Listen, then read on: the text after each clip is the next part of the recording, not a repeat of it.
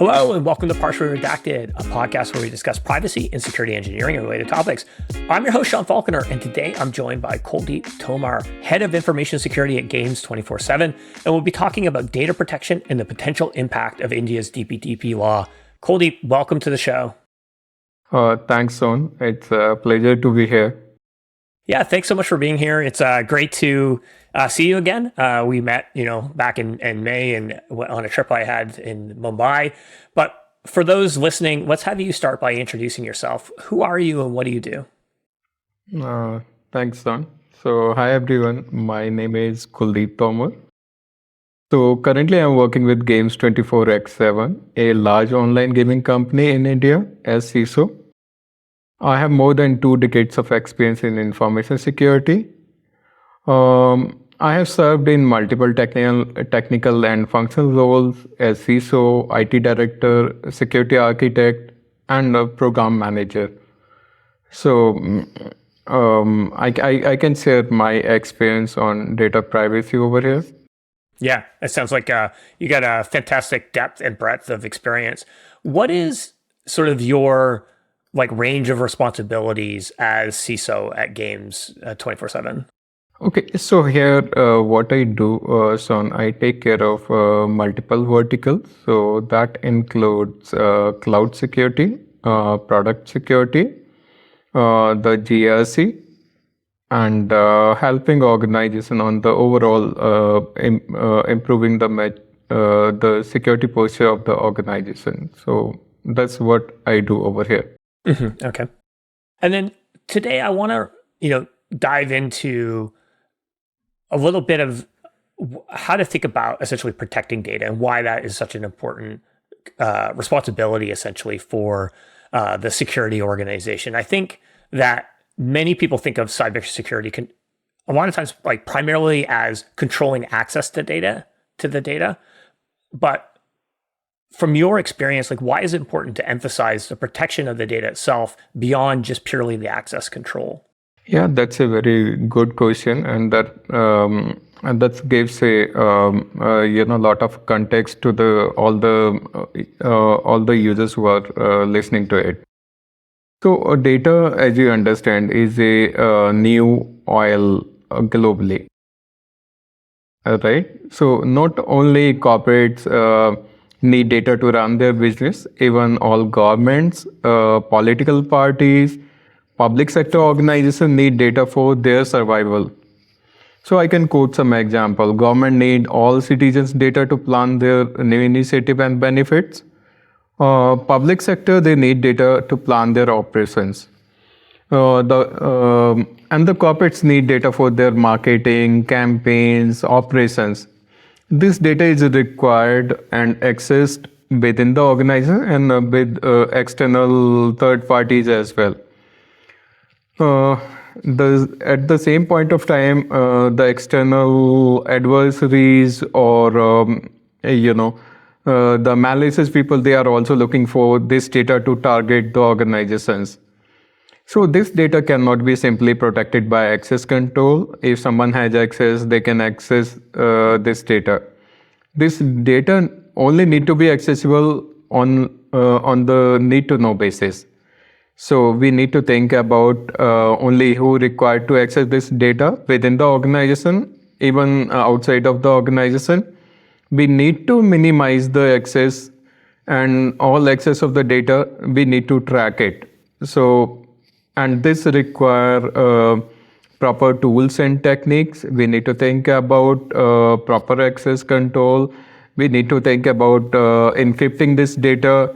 We need to think about anonymizing this particular data. So these are very different, tools and techniques which goes beyond the access control. Yeah, and you mentioned the idea of the data being the new oil, which is I think something that's people have been thinking about the last few years, and I think it's even more relevant today where we're in this sort of AI revolution that's happening right now, and really what powers all these large language models and generative AI is the data. It really is not just an AI revolution, it's the data revolution too. So there's power in the data and company data maybe even more so than ever we've seen in the past because of what we can now do with these essentially innovations that are happening in the AI space. In terms of this shift of access control versus just to data protection, do you think that that is something that has become sort of more like relevant or more of a pressing concern as companies have shifted to the cloud? So, previously, if you had basically a server in a closet somewhere, when it's like, well, we need to prevent somebody from accessing the closet. But then when you start to use public cloud systems or other essentially available cloud systems where someone could be remote attacking those systems from anywhere in the world, it's not just about like access control. They could get access to the data, and then how do you actually stop them from decrypting it, or even if it's not encrypted, then that's even a major a bigger issue. Yeah, so what I can say, there's a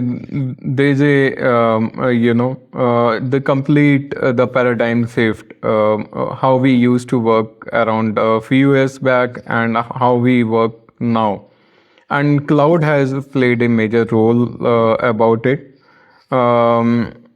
The major thing we can think about, all the organizers who are working now, they need a scalability. And before cloud, we could never think about that elasticity, right? So if some company, they need to scale their operations multiple times, multifold time, they can do it immediately.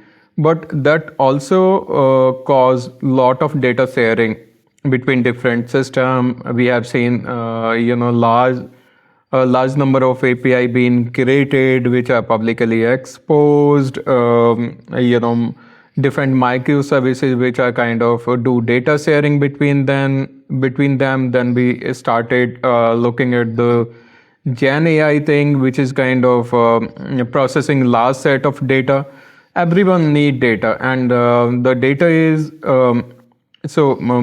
the system where which are based on the data processing only. So for that matter, any large language model processing, any NLP processing, any Gen AI thing, you need large set of data. You cannot predict any outcome or intended outcome without giving large data set to it. So everyone need data, but what is important, that's data privacy. So data privacy, we can say that although we are giving lots of benefit in return to the users, but they should have the right control on it, and that's about the data privacy. So this shall be in the within the control of the data subject, like how they want to give the control back to the data controller or the company who are processing their data. So that's very much important. And another thing comes the privacy and security. So we can say that without security, there is no privacy. Unless you have the right set of control, you have the right control when what to process, and this processing has to be done with the consent. But if there is no security over there, you cannot say that the data privacy is there. And privacy, we can look at, this goes one step further beyond security. Because in security, you need to prevent your organization, your system from outside or external people. But privacy, you need to control even data from the inside as well. So if someone is kind of having the unlimited access of your data internally, this is as good as a hacker is having access data externally. So we need to be very cautious about how this data need to be the access need to be controlled, and we need to make it secure. The secure access we need to think about, and this system is going to be evolved only. Today we are talking about processing of data in terabytes, petabyte.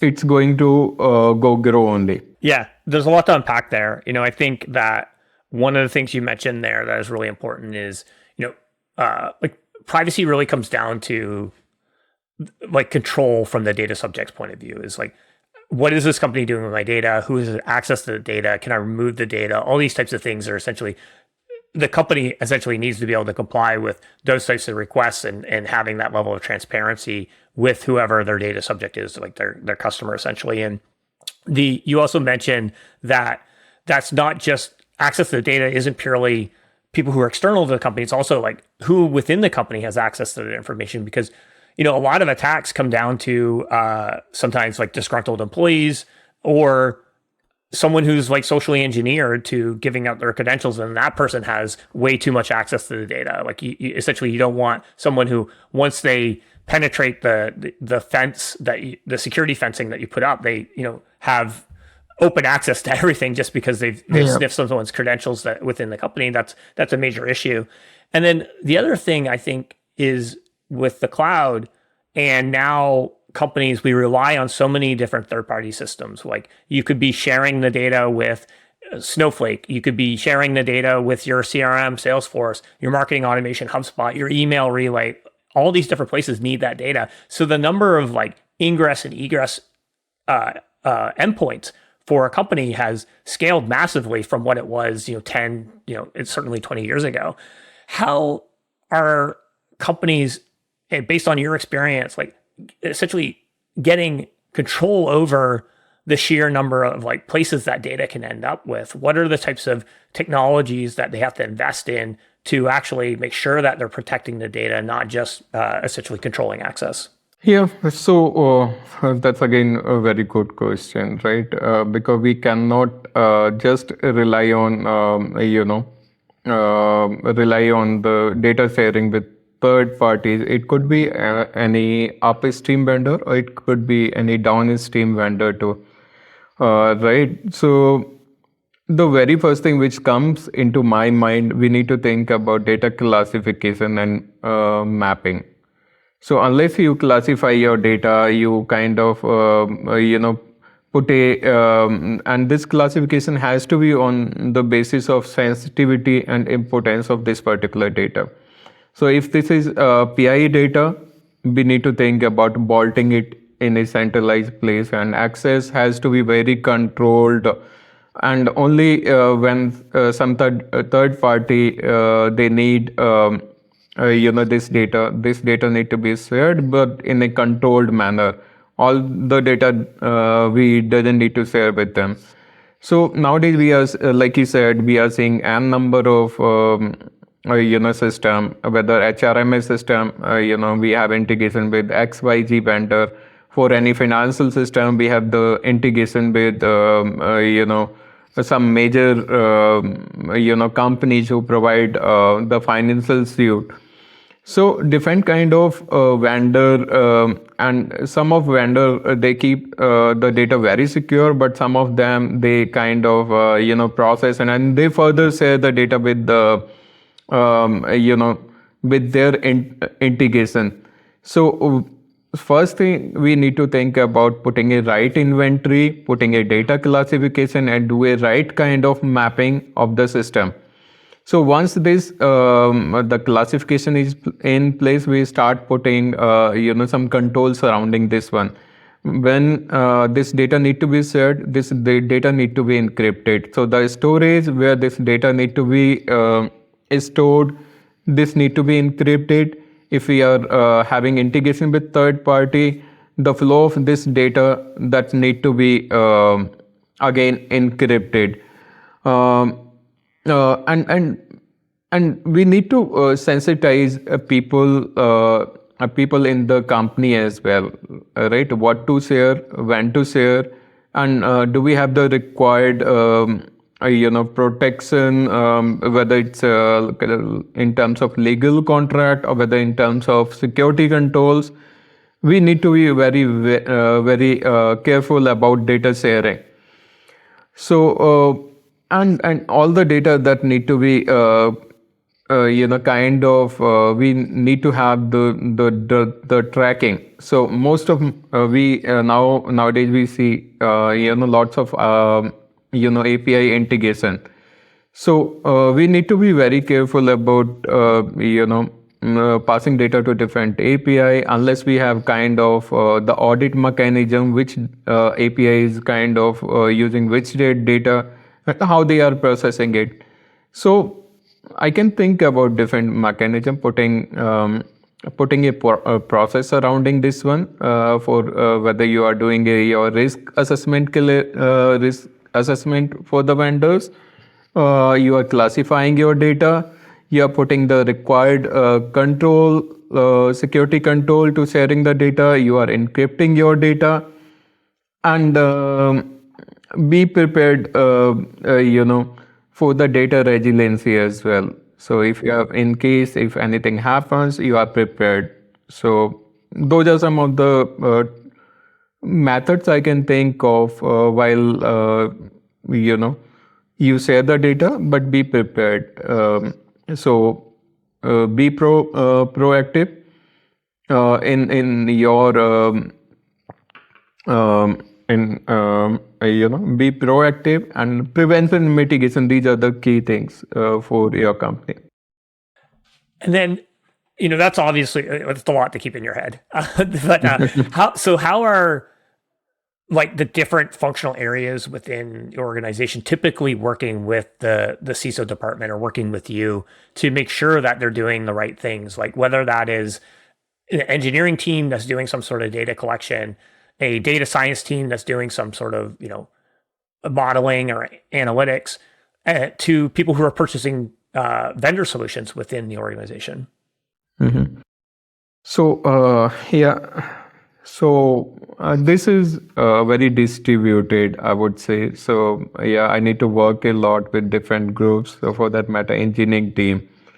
Very first thing, to make them aware, why this data security is very critical for us. Because for engineering team, their priority is rolling out the different features. And rolling out their feature, they need, they want data to be, available to them. But then I need to work with them to make them understand, okay, we cannot share this data so liberally. It has to be centralized, and we talked about few of the data principles, right? Data security principle, that this has to be the minimized access has to be there, and before sharing user, before we collect data from any of the user, we need to have the right consent is in place, and the processing of the data has to be as per the consent given by the user. So this is very much important when I talk to my engineering team or data science team. They understand these concepts and they put the right control while building up the system. So this is kind of to and fro with them. Sometimes they come up with any unique feature requirement where they say, like, if we flow this data from one system to another system, we keep a local database over there. How to make sure that data protection is in place. So those kind of thing. And apart from that, these are not just the only teams which I have worked with. So like finance team, that also has critical role to play. Procurement team, who does the vendor selection, but they take help of the CISO function for the security assessment of the for vendor selection. So I work closely with all the group and make sure they understand why we are doing it and why it is important. Because if we don't put the basic data protection is in place, it's very difficult to be comply with upcoming regulations. So that's what we are trying to do, putting the right process is in place. They understand the data protection policy. They understand, in engineering, how to use this data and what are the right set of controls they need to put in. Even same with data science team. Okay. So you mentioned regulations there. And one of the things that I wanted to talk a little bit about was India's Digital Personal Data Protection, or DPDP Act, which was passed this past summer. And companies operating in India have until next year in 2024 to comply with the requirements of the law. How does a strong data protection strategy improve an organization's ability to respond to the essentially the data breaches and security instances that are mandated by the DPDP? Yeah, so I can talk about again the basic principle and how to meet the requirement of DPDP, Digital Personal Data Protection Act. So some of the basic principles are like we need to collect only the necessary data. So that's the first of the very basic principle, that we need to identify the specific purpose for which we are collecting personal data, and we shall not use this data for any other purpose. So if there is any additional requirement, additional feature need to be built, we need to go back to the user again and ask them to give a consent of this particular requirement. Second, we need to think the another principle, that we need to limit the data processing, right? So once data is collected, organizations should limit the processing. What is the specific purpose, right? So I have already spoken about this one, but we need to think about implementing the strict control as well, that this data is not used for any other purpose. So we need to have the right policy, right process, right security control over there. The third principle is that we should retain the data for the minimum time only. So if it's 3 months, 6 months, 1 year, we need to have the retention policies in place, and we need to keep the data only for that specific period only, right? The another thing is which this the regulation talk about, that we need to think about anonymizing or pseudonymization of the data as well, because you cannot keep the data in a plain text, and then it's so any kind of security loopholes, this data is kind of accessible to the adversaries. So anonymization is going to make their job difficult, although it's not impossible, but it's going to make their life difficult, right? Then we need to think about consent and transparency. So we need to think about consent to be taken for any kind of data use, and we need to be transparent with the users. The another thing which law talk about, the data protection impact assessment, right? So for any kind of risk, look at the risk associated with the data. Unless you do the data protection impact assessment, you don't know the risk associated with the data. Another thing I can, which law talk about, or the act talk about, that regular auditing and review of your process, right, your system. So these are the key thing which every organization need to think about, why they are collecting this data from the user, and whether they have the required process and tools are in place, whether they are encrypting this data, whether they are anonymizing this data, they are doing a regular audit and assessment. So those things need to be in place for the organization to make the to secure data. And you're not securing data for just company, you're securing data for users as well. You are giving them trust that whatever data they are sharing with you, that's secure with the organization. So our motto is to provide a secure gaming platform. Are you seeing in India more more knowledge or concerns from consumers when they use certain types of products with regards to how that company might be using their data? Is there kind of more concern, I guess, about how is someone actually using this information, and is the company abusing essentially the data that they're collecting? That's one of the phenomena, I would say, so that one of the thing, and that's somewhat truth as well, right? That after data collection, that data is shared with for other purpose. So for that matter, if I'm taking services of XYZ company who is providing XYZ service, they take this data and they share with the third party for marketing and campaigning purpose. And at the end, these marketing and campaigning company, they are not having technical expertise to secure this data. And this data is then might be shared with the for third party. It might be sold, it might be shared. It could be anything, because we don't have that kind of tracking available. So unless you are having the right security control, like only like user can only use one data at one point of time, that's very difficult to protect this data, because this data is in a bulk shared with the third party.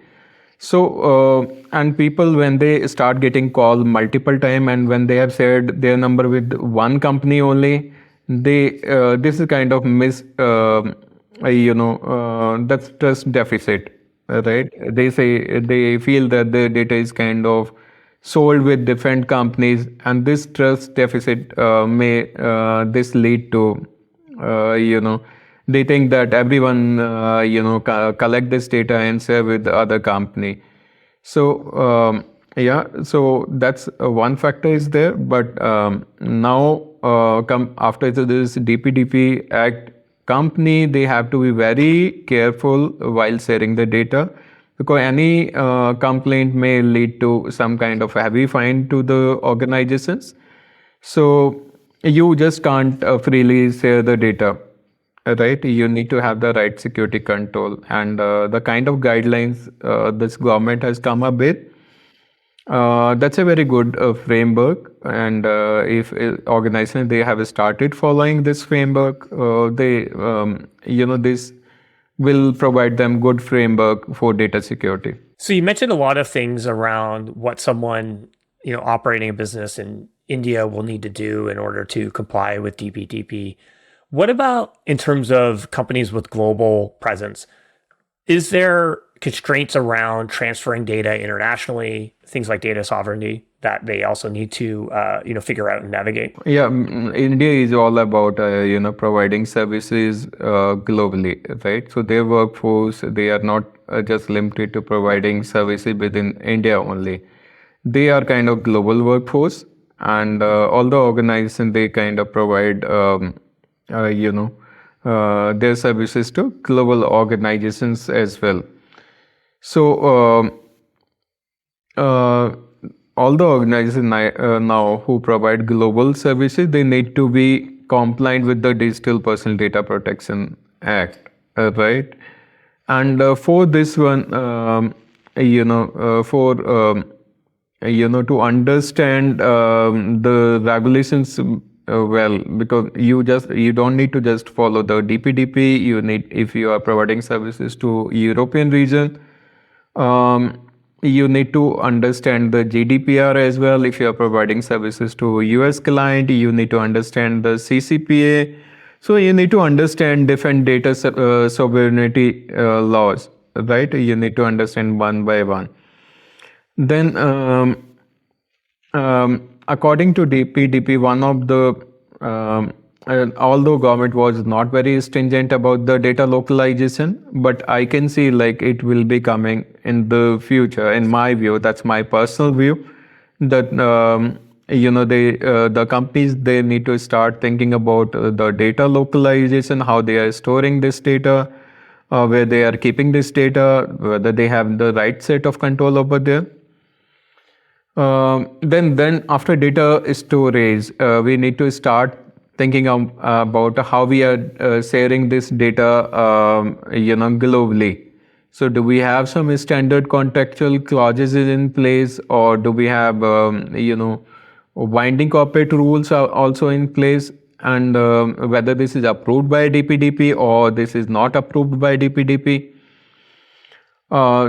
So And about other few things which I can think of, again, those basic, all the required data security controls come into the place. That's like encryption, security, data impact assessment, whether, even we are serving to global companies or global users, whether we are following the right we are following the consent management, and we are keeping a transparency with the users.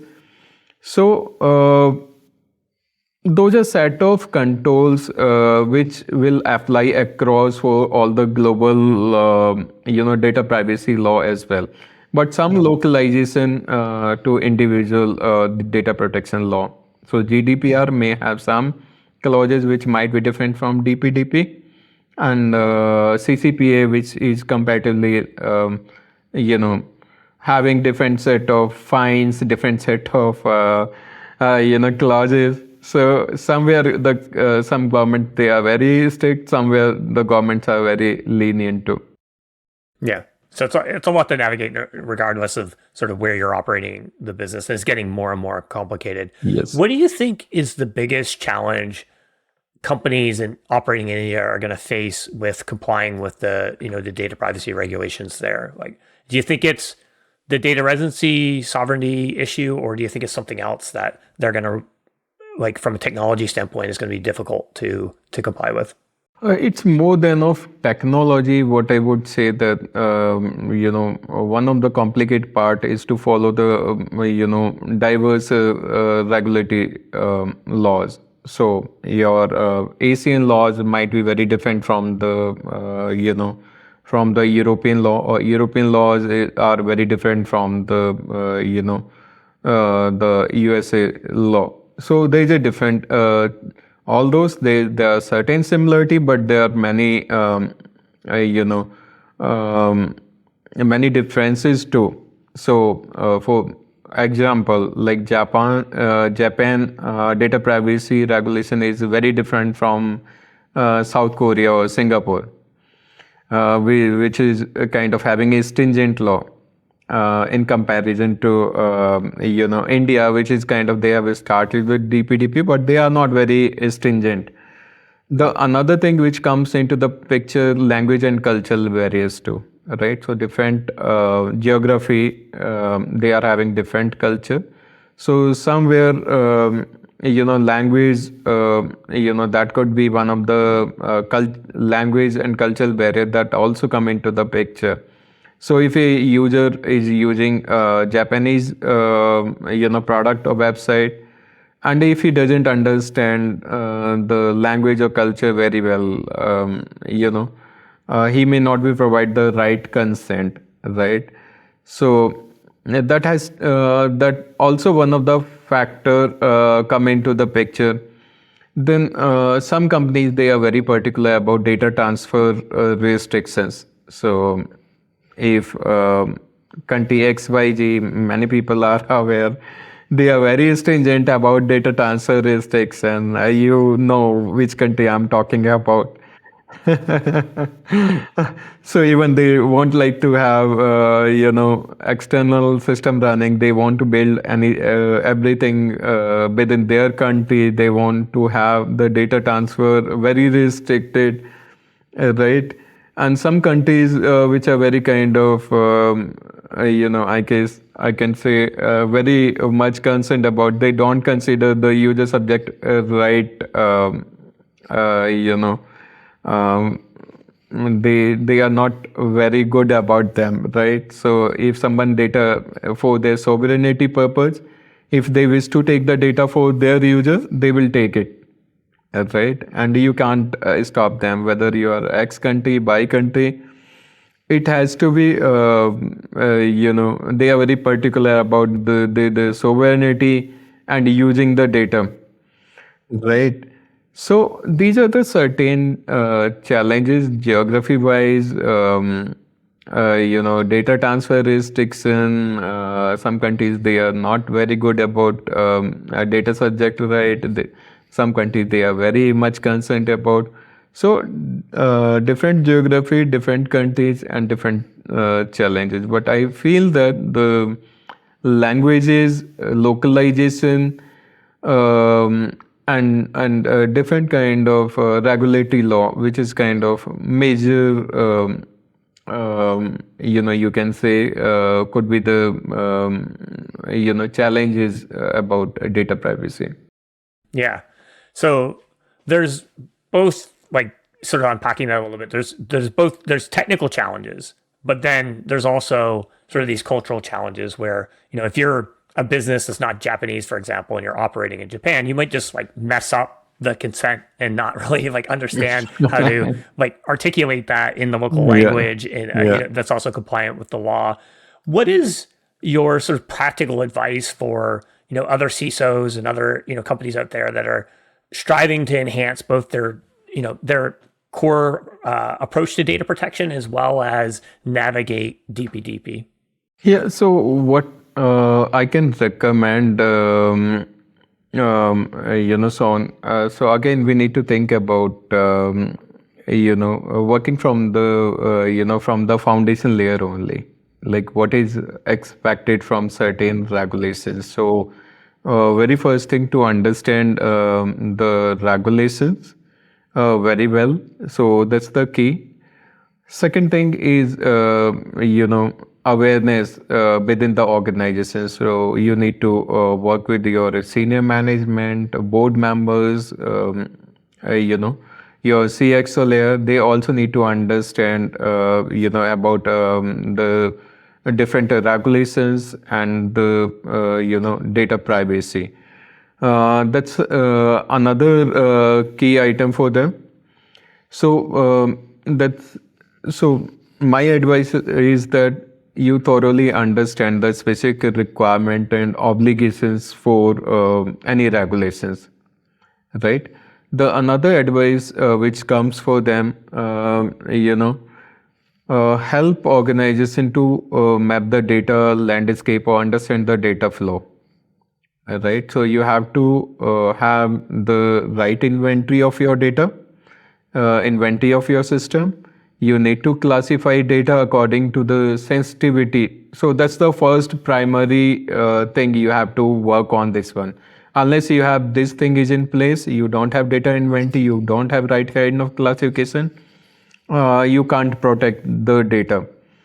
My third advice is that conduct a regular risk assessment about your data usage. So whether you are collecting collecting data of user, you are storing somewhere, where you are storing, are you storing in a single place or you are storing at multiple places? What is the right strategy for you? Whether keeping it at single vaulted place make you more secure. So you need to think about this one. So conduct a regular assessment, come up with a strategy on this one. The another thing I could think of, promote a privacy by design culture. Unless you promote a privacy by design, engineering teams should know how to put different controls while building up the system. So this approach need to be built into the business process only, in your engineering process, business process, and everyone need to understand about the privacy by design. So if finance team, they are storing some financial data, they need to understand about, the way they need to protect this data or they need to secure this data. Then another crucial part is the robust access control. So although that's beyond the data protection is beyond access control, but access control is the very first thing after classification you need to start thinking about. Unless you restrict the data access in a proper manner, you won't be able to protect it, right? Some of the other tools like encryption, both in rest, both in kind of transition, you need to put a right encryption. So you need to evaluate the performance and encryption, but wherever it's necessary, you need to build the encryption surrounding your data. And other thing I can think of, build a proper incident response. for your organization. So, and those are something key which I can I can advise to the CISO. Yeah, I think that's great. Like, I think you kind of you shape the picture of sort of like the full data lifecycle, where the first step is like classification. If you don't know where the data is and you don't know where you're storing, like, it's going to make it hard to protect it. And then once you figure that out, how do you essentially put in the right access controls to make sure that only the right people have access to it, and who sees it, what are they seeing, where are they seeing it, how are they seeing it, and so forth. And then you need to have auditing, logging on that information as well, so if anything malicious or shouldn't be happening is happening. And then in the worst case scenario, how do you respond to an incident? Well, you essentially have to assume that someone with enough time and expertise and dedicated enough, they're going to be able to compromise your system in some fashion. But how do you react to that in that kind of worst case scenario? So it's kind of, I think it's always dangerous to try to predict the future. But how do you see, or what do you see sort of like anticipate happening in APAC or maybe in India with regards to privacy regulations in the next like 3 to 5 years? Although I cannot predict the future, but still I can think about few things which are going to be strengthened. And definitely I think about the data protection law. This is going to be, we can see some more things to be added over here, especially about localization, data localization. Another thing, government, which they are focusing upon, strengthening the, putting up one board. Okay, so they want to, strengthen the authorities, and beyond this one, I can think about they are going to come. Although the current penalties are also, very good amount to the all the companies, but this is going to, the fines are going to increase only. Another key thing I can think of, the industry specific regulation, which is kind of missing right now.